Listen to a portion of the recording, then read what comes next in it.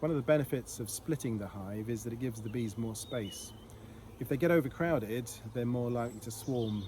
When they swarm, around half or 2/3 of the bee population go off with their queen and form a new colony. That's really their own way of reproducing at a colony level.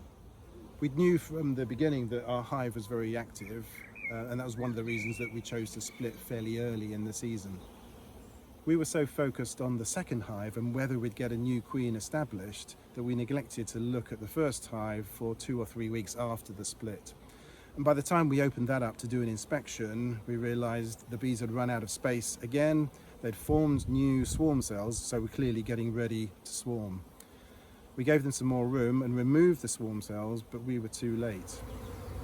The following day, this is what we saw. So bees from that original hive starting a swarm.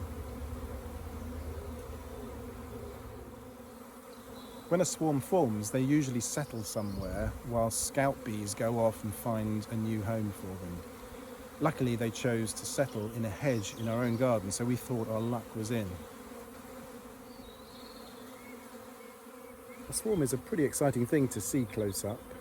Here you can see the weight of the cluster starting to bend the branches on the hedge.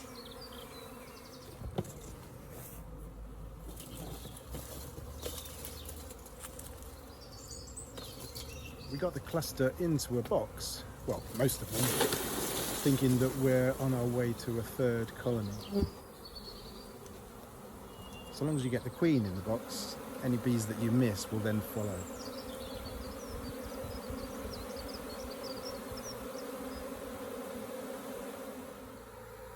Sadly, the bees had other plans. Just as we were about to put them into a new hive, they did a U-turn and flew off to a tree in a neighbour's garden. Unfortunately, they were too high to reach with our ladders, so after about an hour, they went off, never to be seen again. So that was a bit of a roller coaster day. We went from the excitement of potentially having 3 colonies to the disappointment of losing a good proportion of bees in our original hive. Our bees had a super calm temperament, and so we hope they've gone to a nice home with a nice beekeeper who will look after them. Hopefully it's still early enough in the season that they'll recover, they'll produce a new queen, and they'll still give us a reasonable honey crop later in the season.